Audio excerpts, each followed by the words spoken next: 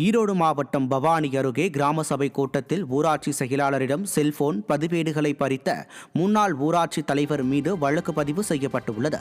சன்னியாசிப்பட்டி ஊராட்சி சமுதாய கூடத்தில் நடைபெற்ற சிறப்பு கிராம சபை கூட்டத்தில் ஊராட்சி செயலாளர் ஜெகநாதனிடம் முன்னாள் ஊராட்சி தலைவர் சந்திரசேனன் வாக்குவாதத்தில் ஈடுபட்டார்.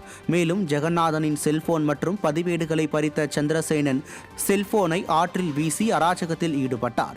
இது தொடர்பான புகார் மீது விடிய அரசின் ஏவல் துறையினர் நடவடிக்கை எடுக்காத நிலையில் ஊராட்சி செயலாளர்கள் ஊழியர்களின் அழுத்தத்தால் சந்திரசேனன் மீது 3 பிரிவுகளில் வழக்கு பதிவு செய்யப்பட்டுள்ளது. விடியா திமுக ஆட்சியில் பொதுமக்களை தொடர்ந்து அரசு ஊழியர்களுக்கும் பாதுகாப்பு இல்லை என பொதுமக்கள் குற்றம் சாட்டியுள்ளனர். கிருஷ்ணகிரி மாவட்டம் ஒசூர் அருகே 3 வயது குழந்தையை தெருநாய் கடித்து குதறிய சம்பவம் அதிர்ச்சியை ஏற்படுத்தியுள்ளது. பனசமான தொட்டி கிராமத்தைச் சேர்ந்த ராஜப்பா என்பவரின் 3 வயது மகளான புஷால் தனது வீட்டின் கேட் அருகே நின்றபோது தெருநாய் ஒன்று அவரை முகத்தில் கடுமையாக கடித்து குதறியது.